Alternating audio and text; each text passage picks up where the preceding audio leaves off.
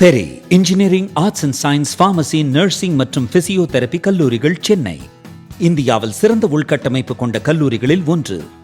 100% வேலை வாய்ப்பினை உறுதி செய்யும் சாதனை. ஆயிரக்கணக்கான பிற கல்லூரி மாணவர்களுக்கும் வேலை தந்த பெருமை. பெரி, எங்கள் கண்களில் உங்கள் கனவுகள்.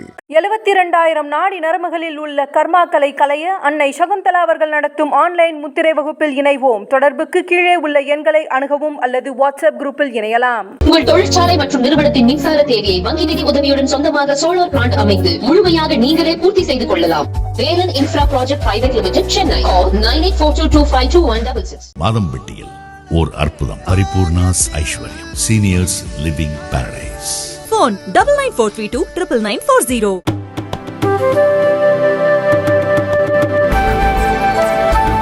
தமிழ்நாட்டுக்கு அப்படியே நம்ம வந்துடலாம். ஸோ தமிழ்நாட்டுக்கு வந்தோம் அப்படின்னா கிட்டத்தட்ட அண்ணாமலை அவர்களோட பிரச்சாரம் எப்படி இருந்தது அப்படிங்கிறத பார்க்க முடிஞ்சிச்சு. ஆனால் நட்சத்திர வேட்பாளர்கள், பாரதிய ஜனதா பொறுத்த வரைக்கும் நட்சத்திர வேட்பாளர்களாக இருந்த யாருமே வந்துட்டு ஜெயிக்கல அப்படிங்கிறத பார்க்க முடியுது. அண்ணாமலை உட்பட, தமிழிசை உட்பட வந்து யாருமே ஜெயிக்கல அப்படிங்கிறத நம்ம தொடர்ந்து பார்க்க முடியுது. இது என்ன மாதிரியான ஒரு நிலைப்பாடுன்னு நீங்க நினைக்கிறீங்க? அவங்களுடைய வெற்றிக்கான அச்சாரமாக பார்க்குறேன். அவங்களுடைய புலிப்பாய்ச்சலுக்கான முதல் விஷயமா நான் பார்க்குறேன். அவங்க நம்பர் 1 ஆகணும் அப்படின்னா முதல்ல நம்பர் 2 இருக்கணும். சிம்பிள். 100 மார்க் ஒருத்தன் எடுக்கணும்னா 80 மார்க் தாண்டணும். 80 மார்க் தானே 100 எடுக்க முடியும். 80க்கே வரல 100 எடுக்க முடியும். அவங்க நம்பர் 2 கட்சியாவே இது வரைக்கும் இருந்தது இல்லை. அப்போ முதல்ல நம்பர் 2 ஆக ட்ரை பண்றாங்க. அப்போ முதல் போட்டி அவர்களுக்கு அதிமுகவோடு, ரைட்? திமுகவோட போட்டின்னு சொல்லுவாங்க. நான் ஏற்கனவே 400 சொன்ன மாதிரி அவங்க போட்டி கேட்டா திமுக. ஆனா முதல்ல யாரும் அவங்க முந்தணும்? நாம் தமிழரை முந்தணும், அதிமுகவை முந்தணும். அப்புறம் தான் திமுக போக முடியும். புரியுங்களா?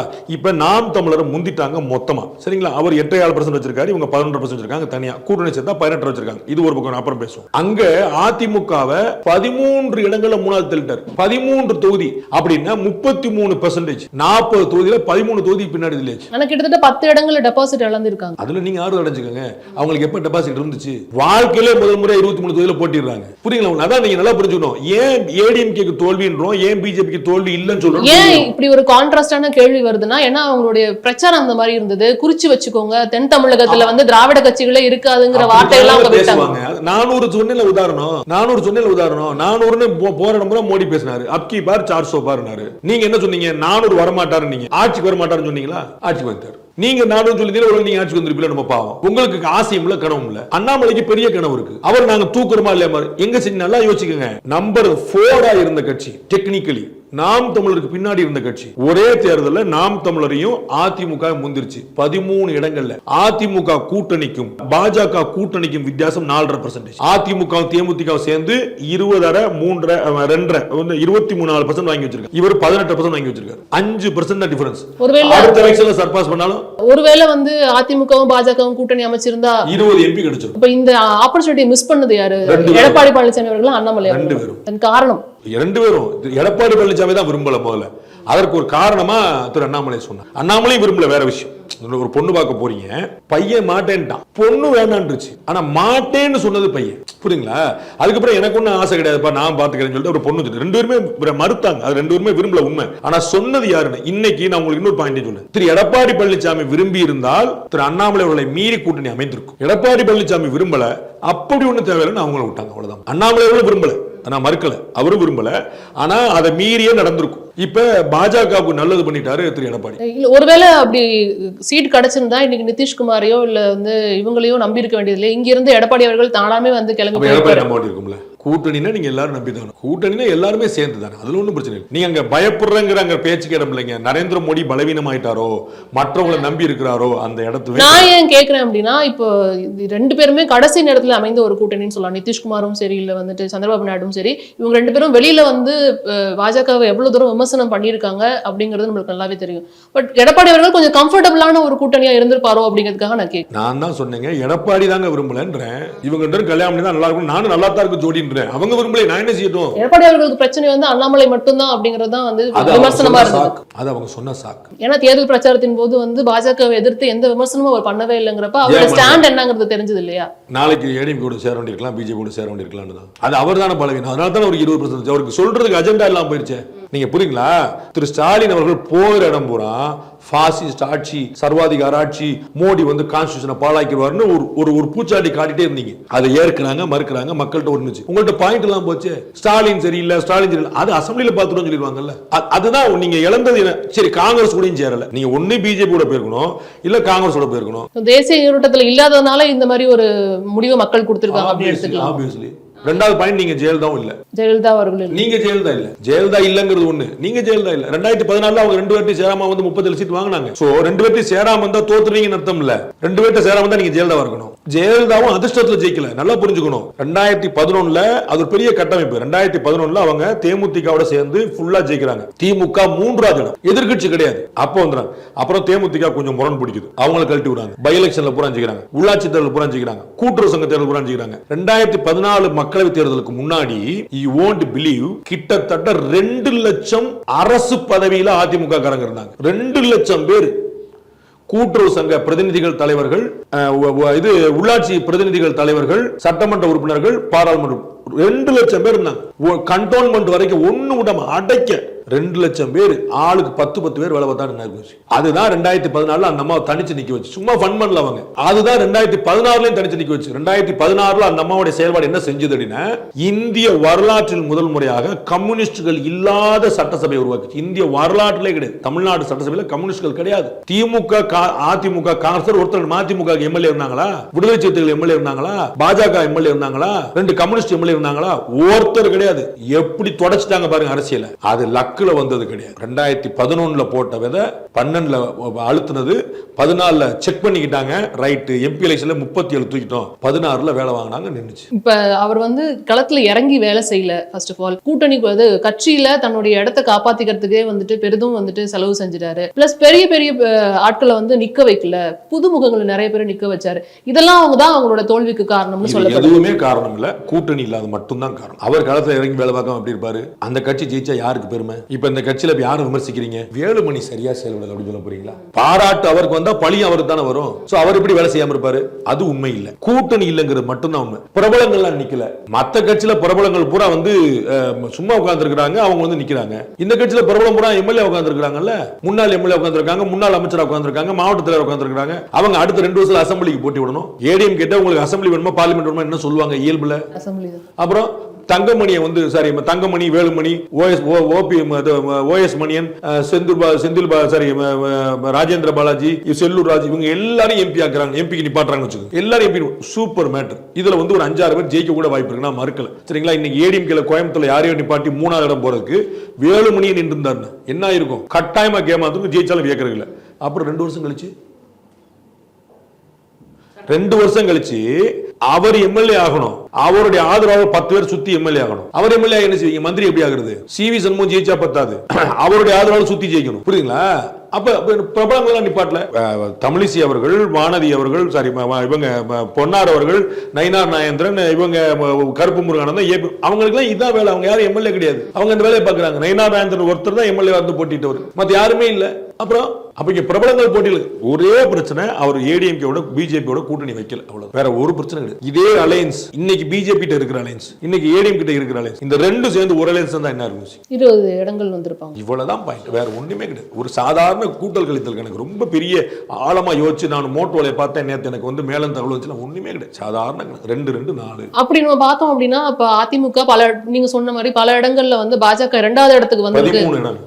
அப்ப வந்து அதிமுக வந்து அந்த இடத்தை இழந்ததுக்கு காரணம், அந்த 2வது இடத்தை இழந்ததுக்கு காரணம் பாஜகவோட வளர்ச்சியா இல்ல அதிமுகவோட தவறான முடிவு? பாஜகவோட வளர்ச்சி, அதிமுகவோட தவறான, ரெண்டும் தான். கூட்டணி வைக்காத அவங்களோட தவறான முடிவு. பாஜக வளர்ந்துட்டே இருக்க. நான் படிச்சு சொன்னேன், பாஜக புலிப்பாய்ச்சல் இருக்குங்கிற வார்த்தையை நான் 100 இடத்துல பயன்படுத்தினேன். இந்த தேர்தல்ல 13 இடத்துல உங்களை முந்திட்டாங்க. அடுத்த தேர்தல்ல 50 இடத்துல முந்திட்டாங்கன்னு, அதாவது 50%. உங்களுக்கு எனக்கு என்னங்க வித்தியாசம்? நீங்க 70 மார்க் வாங்கியிருக்கீங்க, நான் 30 மார்க் வாங்கியிருக்கேன். அடுத்த முறை நான் 51 வாங்கிட்டா நீங்க 49 தானே? ஒண்ணு 20 கூட்டினா போனா 30 வந்தவன் ஒரு 21 அடிச்சு வச்சுங்க. நீங்க 49, நான் 51, யார் பெரிய கட்சி? இவ்வளவுதான் பாயிண்ட். அதைத்தான் நான் சொல்லிட்டு இருக்கேன். நீங்க அரவணைச்சு கூட வச்சுக்கிட்டா உங்களுக்கு நல்லது, இல்ல வேண்டாம்னு யாருக்கு 2 பேருக்கு நட்டம். ஆனா அவங்களுக்கு என்ன இப்ப நட்டம் இல்ல? நாம் தமிழர் நம்ம தோத்த கட்சின்னு சொல்றோமா? சொல்ல மாட்டோம். ஏன்? அவங்க ஏற்கனவே ஜெயிக்கலையே. ஜெயிச்சவர் தோத்தாங்க தோத்த கட்சி. ஏற்கனவே ஜெயிக்காரு, எப்பயுமே ஜெயிக்காரு, எப்படி தோத்த கட்சி? அவருடைய ஓட்டு கூடிட்டே இருக்கு. அதே தானே பிஜேபிக்கு. பிஜேபிக்கு என்னைக்கு 15 எம்பி இருந்தாங்க? தமிழ்நாட்டில் 15 எம்பி இருந்தாங்க. அண்ணாமலை வந்த அப்புறம் பூரா போச்சு. என்னைக்கு அவங்க 15 எம்பி இருந்தாங்க? அது 15 நின்னவே கிடையாது. இன்னைக்கு தான் வாழ்க்கையில முதல் முறை 23 நிக்கிறாங்க. 23 நின்னாங்க, 13 வந்து அவங்க பின்னாடி வச்சுட்டாங்க ஏடிஎம்கே. What a magic. இதான் வெற்றி. கோயம்புத்தூர் உங்க தொகுதி இல்லையா, தென் சென்னை உங்க தொகுதி இல்லையா, அங்கெல்லாம் ஏடிஎம்கே பேசி இல்லாதமா. கன்னியாகுமரியில் நீங்க 4வது இடம், நாம் தமிழர் உங்களை முந்திருச்சு. நான் அதை பேசாம விட்டுறேன். கன்னியாகுமரி வந்து அது வந்து திருவனந்தபுரம் மாதிரி யோசிப்பாங்க, கேரளா மாதிரி யோசிப்பாங்க சார், வேற வச்சுட்டு போங்க. நான் தென் சென்னையில் எப்படி 3வது இடம் போவீங்க, கோயம்புத்தூர்ல எப்படி 3வது இடம் போவீங்க? உங்க ஓட்டு பேசி என்னாச்சு? உங்க ஓட்டு பூரா பிஜேபி போயிருச்சு. திமுகவோட வெற்றியை வந்து எப்படி எடுத்துக்கலாம்? அவங்களோட ஆட்சிக்கு கிடைத்த ஒரு சான்றா எடுத்துக்கலாமா, இல்ல வந்து பாஜகவுக்கு எதிரான வாக்குகள்லாம் வந்துட்டு திமுகவுக்கு போயிடுச்சுன்னு எடுத்துக்கலாமா? எப்படி ரெண்டுமே அவங்க தான் சொல்லுவாங்க. ஆனா காரணம் 3வது. நான் எல்லா பாயிண்ட்லயும் சொன்ன அதே ஒரு காரணம், கூட்டணி. நான் யூபி மகாராஷ்டிரால என்ன நடந்துச்சுன்னு சொன்னேன், கூட்டணி. ஆந்திரால என்ன நடந்துச்சுன்னு, கூட்டணி. தமிழ்நாட்டிலே அதே காரணம் தான். திமுக வெற்றி பெற்றதுக்கு அவங்க என்ன சொல்லுவாங்க, பாஜக ஆட்சியுடைய பாசிச போக்கு, திமுக நல்லாட்சியுடைய விளைவு, நம்ம எல்லா பெண்களுக்கும் 1.5 கோடி பெண்களுக்கு 1000 ரூபாய் கொடுத்தது, 1,19,00,000 பெண்களுக்கு 1000 ரூபாய் கொடுத்தது, இலவச பஸ், அது அவங்க சொல்லுவாங்க. திமுக நலத்திட்டம், 3 ஆண்டு நல்லாட்சி, தேர்தல் வெற்றியை சாட்சி, அவங்க சொல்லுவாங்க. நான் நினைக்கிறேன் அதெல்லாம் எதுவுமே கிடையாது. கூட்டணி. திமுக 22 இடங்கள்ல போட்டிட்டு 26% வாக்குகள் வாங்கியிருக்கு. கூட்டணி கட்சி பார்த்தா 43% போய் நிக்குது. 18% கூடுதவங்களுக்கு. பாஜக கூட்டணி வாங்கினத திமுக தவிர்த்த கூட்டணியை வாங்கி நிக்குது. கூட்டணி தான் அவங்களோட பலம் நீங்க சொல்லும் போது, அப்ப காங்கிரஸ் இல்லாம வந்துட்டு திமுகவால ஜெயிச்சிருக்க முடியாதுன்னு நீங்க சொல்றீங்க. 5% நட்டமா இருக்கும். 5%. 43ங்கிறது 38,000. அந்த கூட்டணியில நீங்க எடுத்துக்கிட்டீங்க அப்படின்னா திமுகவும் காங்கிரஸ் மட்டும் தான் பெரிய கட்சிகள். ஒரு கேள்வியா பாப்போம். அப்படிலாம் கிடையாது. காங்கிரஸ் இல்ல, சரிங்களா? அப்ப அவங்க என்ன பண்றாங்கன்னு பார்க்கும். காங்கிரஸ் வெளியே தனியா நின்னாங்கன்னா திரும்பவும் திமுக அந்த 40 ஜெயிச்சிருக்கும், சரிங்களா? 43% 38% மாதிரி. அந்த காங்கிரஸ் அதிமுக கூட்டணி சேர்ந்து வச்சுக்கோங்க, ஒரு 3 சீட் அவங்களுக்கு போயிடும். கன்னியாகுமரி அவங்களுக்கு கிடைச்சிருக்கலாம். காங்கிரஸும் ஏடிஎம்கேயும் சேர்ந்து, உங்களுக்கு புரியுங்களா? தேமுதிக காங்கிரஸ் ஏடிஎம்கே சேர்ந்து அவங்களுக்கு போயிருக்கலாம். அந்த மாதிரி 1-2 தொகுதி கோயம்புத்தூர் அவங்களுக்கு போயிருக்கலாம். அந்த மாதிரி ஒரு 2-3 தொகுதி அவங்களுக்கு வந்து கிடைச்சு. கிளீன் ஸ்வீப்ங்கிறத நம்ம விட்டுறலாம் சார். 40க்கு 40ங்கிறத விட்டுறலாம். அட்லீஸ்ட் ஒரு 35 சீட்டாவது எடுத்துக்க மாட்டாங்களா காங்கிரஸ் இல்லாம? டிஎம்கே அதான் நான் சொன்னேன். இப்ப நான் இப்படி சொன்னேன், நீங்க நான் 5 சீட். அப்புறம் எப்படி அது வந்து கூட்டணிக்கு கிடைத்த வெற்றின்னு நம்ம சொல்ல முடியும்? 5 சீட் குறையறது நீங்க என்ன சொல்வீங்க? அது கூட்டணி கிடைச்ச வெற்றி கிடையாதா? 5% ஓட்டு குறையறதுன்னு சொல்வீங்க, கூட்டணி சொல்லுங்க. நான் தான் சொல்றேன் 5% ஓட்டு அவங்கள்ட்ட இருக்குன்னு. ஏன் நான் கேக்குறேன்னா, பிஜேபி வரக்கூடாதுன்னு நினைச்சுதான் ஓட்டு போட்டவங்க அதிகங்கிறது தான் இப்ப எல்லாத்தோட கிளைமா இருக்கு. அப்படி சொல்லட்டுமே. நான் அப்ப அந்த ஏடிஎம்கே 22 23 கிடைச்சிருக்கு. எப்படி ஏடிஎம்கே அலைன்ஸ்க்கு அது யார் வேண்டாம்னு? டிஎம்கே கிடைச்ச ஓட்டு மோடி வேண்டாம்னு. ஏடிஎம்கே கிடைச்ச ஓட்டு அதான் எல்லா தரப்பினரும் இருப்பாங்கல்ல. இருங்க டிஎம்கே வேண்டாம்னு சொல்லுங்க. அதான் டிஎம்கே வேண்டாம். பிஜேபி கிடைச்ச ஓட்டு டிஎம்கே வேண்டாம்னு. அப்ப 28 23 பேர் எடுத்தா இவங்க 40 வந்துட்டாங்கல்ல. அப்ப இணையா போச்சுல உங்களுக்கு. காங்கிரஸ் கழிச்சு விட்டு அவங்களை முந்திடுவாங்க. உங்களுக்கு புரியுங்களா? ஏடிஎம்கேவும் காங்கிரஸும் சேர்ந்துருச்சு. பிஜேபி ஏடிஎம்கே காங்கிரஸ் வந்து 5% ஓட்டை 2014 ப்ரூவ் பண்ணிருக்கு. 5% ஓட்டு 2014 தனியா நின்னு, சரிங்களா? அந்த 5 இங்க சேர்த்துக்குங்க.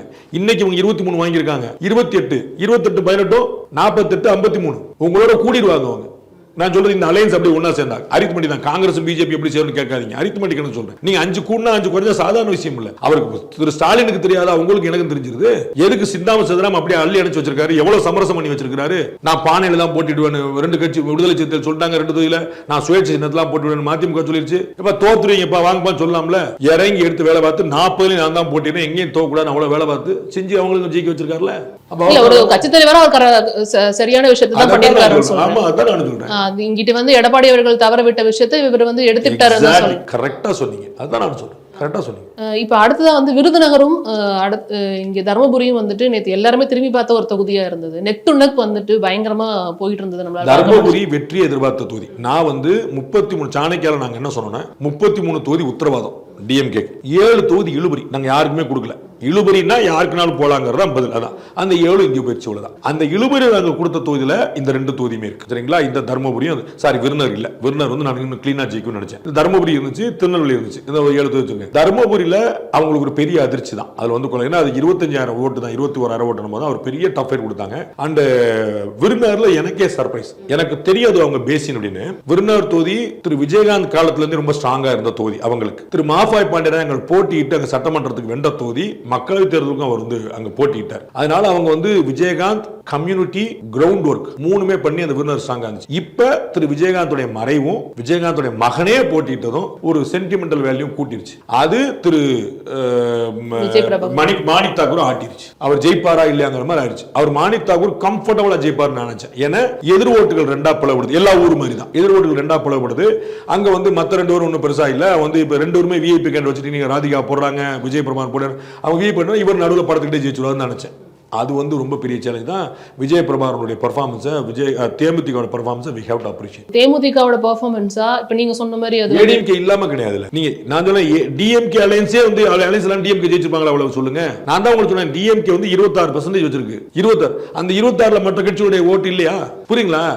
துறை வைக்கோ ஜெயிச்சிருக்காரு. அதுல திமுக ஓட்டு இல்லையா? காங்கிரஸ் ஓட்டு இல்லையா? அப்புறம் எல்லாரும் சேர்ந்தா தான் அது. நீங்க வந்து அது உடனே விஜயகாந்த் கிடைச்ச ஓட்டு அந்த ஊர்ல அதிகம். தேமுதிக 4 இடத்துல போட்டிடுச்சு, மற்ற இடத்துல எவ்வளவு ஓட்டு வாங்கல? புரியுங்களா? விஜயகாந்தோடைய பேஸ் இருந்ததும் விஜயகாந்தோடைய மகனே போட்டிட்டதும் அங்க ஒரு வேல்யூ ஆட் பண்ணு. இதுல இன்னொரு விஷயம் என்னன்னா ஸ்டார், அதாவது சினிமா ஸ்டார்ஸ் ஜெயிச்ச சில இடங்கள், அதாவது வந்து இங்க திருச்சூரா இருக்கட்டும், இல்ல வந்து கங்கனா ரனாவத் ஜெயித்ததா இருக்கட்டும், அதுவுமே பெரிதா பேசப்படுற ஒரு விஷயமா இருந்தது. கங்கனா ரனாவத் வந்து போட்டியிடுறாங்களா அப்படின்னு நிறைய பேருக்கு தெரியாம இருந்தது. ஜெயிச்சதுக்கு அப்புறம் தான் கங்கனா ரனாவத் போட்டியே இட்டிருக்காங்க, அவங்க ஜெயிச்சிட்டாங்க அப்படிங்கறத திரும்பி பார்த்தோம். இங்கிட்ட சுரேஷ் கோபியும் வந்து குறிப்பிடத்தக்க வெற்றியை பெற்று கேரளால முதல் முறையா வந்து வெற்றியை பதிவு பண்ணியிருக்காங்க. இவங்களோட வெற்றியை நீங்க எப்படி பாக்குறீங்க? சினிமாக்கா கிடைச்சதுல பாஜகவுக்கு கிடைச்சது. சினிமா வந்து 1% ஒரு வேல்யூ அடிஷன் பண்ணிருக்கலாம். அது வந்து யாருப்பா போட்டிடுறாங்க? இப்ப பாத்தீங்க ராதிகா சரத்குமார் போட்டிடுறாங்க. அவங்களோட ஒரு பிரபலம் தமிழ்நாட்டில் வேணும். ஹவுஸ் ஹோல்டு நேம் ராதிகாவை தெரியாம தமிழ்நாட்டில் ஒன்னு எங்கேயோ பார்த்த மாதிரி இருக்கான்னு யாராவது சொல்லுவாங்களா? ரஜினிகாந்துக்கு இணையான பிரபலம் அவங்க ஹவுஸ் ஹோல்டு நேம். டிவியில பார்த்து சித்தின்னு அழுது கதறி 100 சீரியல் பார்த்திருக்காங்க. நம்மோட சீரியல் யாருக்கு தெரியாது? சினிமாக்காரங்கிற மேட்டர் கிடையாது. சினிமாக்காரங்கிற ஒரு வேல்யூ அடிஷன் ரீச். கமலஹாசன் சினிமாக்காரர் தானே, ஏன் தோத்தாரு? அவருடைய ஒரு உலக நாயகன் நடிகர் பார்க்க போறோம். கமலஹாசன் தமிழ்நாட்டில் ஒருத்தர் தெரியாது, இந்தியாவில் ஒருத்தர் தெரியாது சொல்லுங்க, ஏன் தோத்தாரு? சிவாஜி கணேசனோட அவர் நடிகர் பார்த்துட்டு போறீங்க, ஏன் தோத்தாரு? அவர் நடிகர் திலகம். அவர் நடிப்புல ஒருத்தர் பக்கத்துல வர முடியுமா? ஏன் தோத்தாரு? கார்த்திக் ஏன் ஜெயிக்க முடியல? கட்சி ராஜேந்திரன் ஏன் ஜெயிக்க முடியல? அது வந்து நடிகருங்கிறது ஒரு கிரைட்டீரியாவே கிடையாது. நடிகர் வந்து ஒரு வேல்யூ அடிஷன். அது வந்து யாருப்பா கேண்டிடேட் அப்படின்னா ராதிகா சரத்குமார், ஓஹோ அவங்களா. கங்கனா ரனாவத், ஓஹோ அவங்களா. சுரேஷ் கோபி, ஓஹோ இவ்வளவுதான். சுரேஷ் கோபி நின்னுட்டாரு, நான் அவருக்கு ஓட்டு போடாம எப்படி இருப்பேன்? யாருமே அப்படி பண்ண மாட்டாங்க. இல்ல அந்த வெற்றி வந்து கேரளால முதல் முறையா பதிவு பண்ணிருக்காங்க, பாஜக வந்து பதிவு பண்ணிருக்காங்க அப்படிங்க. இது என்ன மாதிரி ஒரு சைன் நீங்க நினைக்கிறீங்க? நான் ஏற்கனவே சொன்னேன், அதை பாரத பிரதமர் நரேந்திர மோடி குறிப்பிட்டது போல பல நூற்றுக்கணக்கான பேர் ரத்தம் சிந்தி உயிர் கொடுத்து வளர்த்திருக்கக்கூடிய விதை, முதல் விதை முளைச்சிருக்கிறது. இன்னும் நிறைய விதை முளைக்கும். மோடி அவர்கள் வந்து தமிழகத்துல எத்தனை தடவை பிரச்சாரத்துக்கு வந்தாருங்கிறது உங்களுக்கு நல்லாவே தெரியும். ஒரு சீட்டாவது கிடைச்சிரும் அப்படின்னு வந்து பாஜக தரப்புல இருந்து எதிர்பார்த்திருந்திருப்பாங்க. இது வந்து எவ்வளவு பெரிய ஏமாற்றம்? ஒரு ஏமாற்றம் கிடையாது. நான் 4வது முறையா ஒரே பேட்டியில பதில் சொல்றேன். அவங்களுக்கு ஏமாற்றம் எங்க இருக்குன்னு 100 வாங்கியிருந்தா நீங்க அகில இந்திய ஏமாற்றம் சொல்றீங்க, நான் புரிஞ்சுக்கிறேன். ஏன் 303 இருந்தாங்க, 290 வந்திருக்காங்க. இங்க அவங்க எங்க 10 MP இருந்தாங்க, எங்க 15 MLA இருந்தாங்க, எங்க 23 தொகுதியில போட்டிட்டாங்க. This is their first time. இல்ல அவ்வளவு ஈஸியா அதை வந்து தேசிய தலைமை எடுத்துப்பாங்களாங்கிறதுக்காக கேட்டேன். சந்தோஷமா எடுத்துருக்காங்க. 11% ஓட்டு ஒரு கட்சிக்கு. காமெடியா? அப்ப 18% கூட்டணிக்கு. அதிமுகவோட 4% கம்மி. அப்ப பெர்ஃபார்மன்ஸ் வந்து இங்க அண்ணாமலையோட அவர்களோட பெர்ஃபார்மன்ஸ் வந்து நல்லா இருக்கு, பியூட்டிஃபுல்லா இருக்குன்னு மேடம் நினைக்கும். நான் 10வது சொல்லுவேன். அந்த வித்தியாசம் புரிஞ்சுக்கணும். நானும் இன்னும் ஓடுற குதிரை ஐசே உங்களுக்கு கேப்பபிள் அதிகம். இவர் நீ 2 கேமரா ஹேண்டில் பண்றதுக்கு என்னப்பா பிரச்சனை? எதுக்குப்பா ஒரு கேமரா உட்காந்து நான் கேட்பேன். அது தட் ஷோஸ் யுவர் கெபாசிட்டி. என்ன 2 கேமரா, அது நீங்க கோச்சுக்கங்க, எனக்கு ஒன்றும் பிரச்சனை இல்லை. You are capable of doing that. அதை தான் நான் சொல்ல வரேன். இது வந்து அவங்களுக்கு வெற்றி என்ன குழப்பம்? அவங்களுக்கு வந்து அவங்க பண்ண நம்பர்ல பெஸ்ட் நம்பர் என்ன குழப்பம்? அவங்க நான் எப்படி சொன்னேனோ திமுக இது எங்களுடைய ஆட்சிக்கு கிடைத்த வெற்றின்னு சொல்லுவாங்க. திரு அண்ணாமலை நம்ம பேசும்போது பேட்டி கொடுத்துட்டாரு. அவர் சொல்லியிருப்பாரு, நீங்க இது சொல்லியிருப்பாரு, நாங்க வந்து அதிமுக 13 இடத்துல பின்னாடி தள்ளிட்டோம், நாங்க நம்பர் 3 கட்சியா வந்துட்டோம், 3 இடங்கள்ல நம்பர் 2 கட்சி, 13 இடங்கள்ல நம்பர் 2 கட்சி, எல்லாமே சொல்லுவார். நானு அது 10வது இன்னும் பெருசா போகணுமே, இவ்வளவுதான். இதுல பார்க்க வேண்டிய விஷயம் என்ன, இப்ப தமிழக பாஜகல வந்து நிறைய சேஞ்சஸ் இருக்குமா இந்த வெற்றிக்கு அப்புறம்? அந்த கட்சி முடிவு பண்ண வேண்டியது எனக்கு தெரியாது.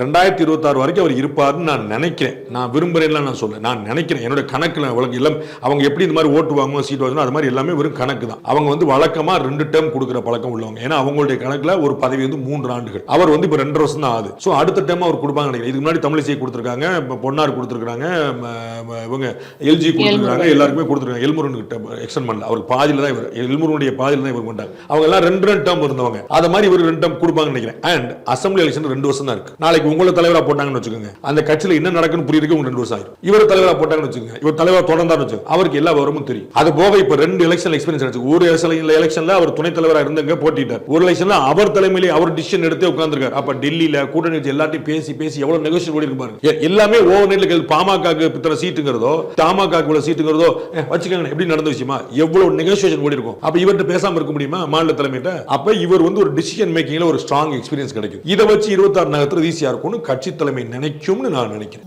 அப்ப தமிழிசை சவுந்தரராஜன் அவர்களுக்கு ஏதாவது வாய்ப்பு இருக்கு நீங்க நினைக்கிறீங்களா? பதவி கொடுக்க எவ்வளவு வாய்ப்பு இருக்கு, எவ்வளவு கொடுத்திருக்காங்க, எல்லாருக்கும் தான் வாய்ப்பு இருக்கு. ஏன்னா அவங்க பொன்னா இருக்கு இல்லையா, கருப்பு முருகானந்தத்துக்கு இல்லையா, ஏபி முருகானந்தத்துக்கு இல்லையா, வினோஜ் பி செல்வத்துக்கு இல்லையா? யாருக்கு இல்ல? எல்லாருக்கும் தான் இருக்கு. தமிழகத்துல இருந்து ஒரு அமைச்சர் வருவாங்களா அப்படிங்கிறதுக்காக தான் நான் கேக்குறேன். ஏன்னா தமிழ் சேவன்கள் ஆளுநர் பதவி செயல்பட்டு வந்து நின்னாங்க. அவருக்கு ராஜ்யசபா வேற கொடுத்தாங்கல்ல, டபுள் டமாக்கா. ராஜ்யசபாவும் கொடுத்துட்டு மக்களை உலகத்துல எங்கேயாவது பார்த்திருக்கீங்களா? யாருக்கெல்லாம் கொடுக்கலாம்? நிர்மலா சீதாராமன் எந்த ஊரு? ஜெய்சங்கர் எந்த ஊரு? தமிழ்நாட்டுல இருந்து ஒரு எம்பி கிடையாது, ஆனா 3 மந்திரி. அதெல்லாம் அவங்க செய்வாங்க. 3 மந்திரி 3 கவர்னர் ஒரே பீரியட்ல. இவ்வளவு பதவி எங்க கிடைக்கும்? அதனால அவங்க தமிழிசைங்கிறத கனெக்ட் பண்ணாதீங்க. எவ்வளவு பேர் இருக்காங்க அயோத்தியில அவங்க பண்ண விஷயங்களுக்கு அங்க பெரிய ஒரு வெற்றி எதிர்பார்த்த தருணமா தான் இருந்திருக்கும். அந்த அயோத்தியில அவங்க தோல்வி அடைஞ்சிருக்காங்க போது என்ன மாதிரி ஒரு சைன் நம்ம எடுத்துக்கலாம்? ஒரு சைனும் எடுத்துக்க வேண்டியதில்லை. ஏற்கனவே சொன்ன கூட்டணியில் அவங்க ஸ்ட்ராங்கா போட்டாங்க, இவங்க ஸ்ட்ராங்கா போலாம். அதுக்கு மேலே ஒன்றும் இல்லை. அயோத்திங்கனால யாராவது ஜெயிப்பாங்களா?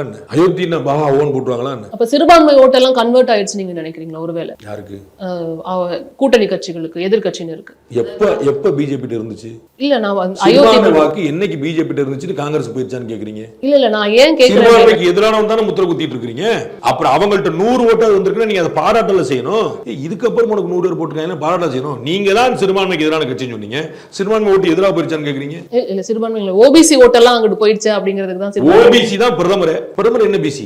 அவர் தான் ஓபிசி. அப்புறம் உங்க கட்சி உங்க கூட்டணியில பிரதமரா படாமல் போன ஒரு என்ன கம்யூனிட்டி சொல்லுங்க? எஃப்சி.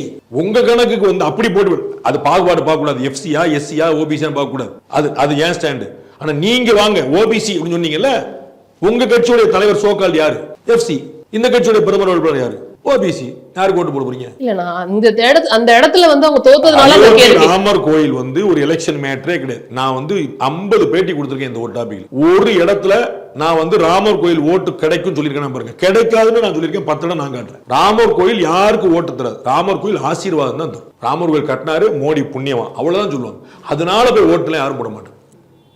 அதனால ஓட்டு வர கண்டிப்பா ஆட்சி அமைப்பாங்க அப்படிங்கிறது தெரிஞ்ச விஷயம். ஆனா 5 வருடம் நிதிஷ்குமார் கரெக்டா இருப்பாரா அப்படிங்கறத அடுத்த கேள்வியா கேட்டீங்க. எல்லாரும் கேக்குறாங்க. நீங்க சொன்ன மாதிரி 2 பேரும் சேர்ந்து வெளில போனாதான் அது நடக்குங்கிறத சொன்னீங்க. பட் இது போன்ற வாய்ப்புகள் இருக்குன்னு நினைக்கிறீங்களா? அந்த 5 வருஷத்துல ஒரு ஸ்டேபிளான ஆட்சி நடக்காது. ரொம்ப ஸ்டேபிளா நான் ஏற்கனவே சொன்னேன். 2004ல 145 எம்பி வச்சு ஒருத்தர் ஆட்சி, 2009ல 208 எம்பி வச்சு ஒருத்தர் ஆட்சி. இவங்க தனியாவே 240 எம்பி வச்சிருக்காங்க. அதனால குளறுபடி கிடையாது. அப்படி குளறுபடி நடக்கும்னா இந்தி கூட்டணி தான் ஜாக்கிரதையா இருக்கணும். அங்கிருந்து 10 பேர் ஆட்டை போட்டுருவாங்க. நேரத்திற்கு மிக்க நன்றி. ரொம்ப நன்றி.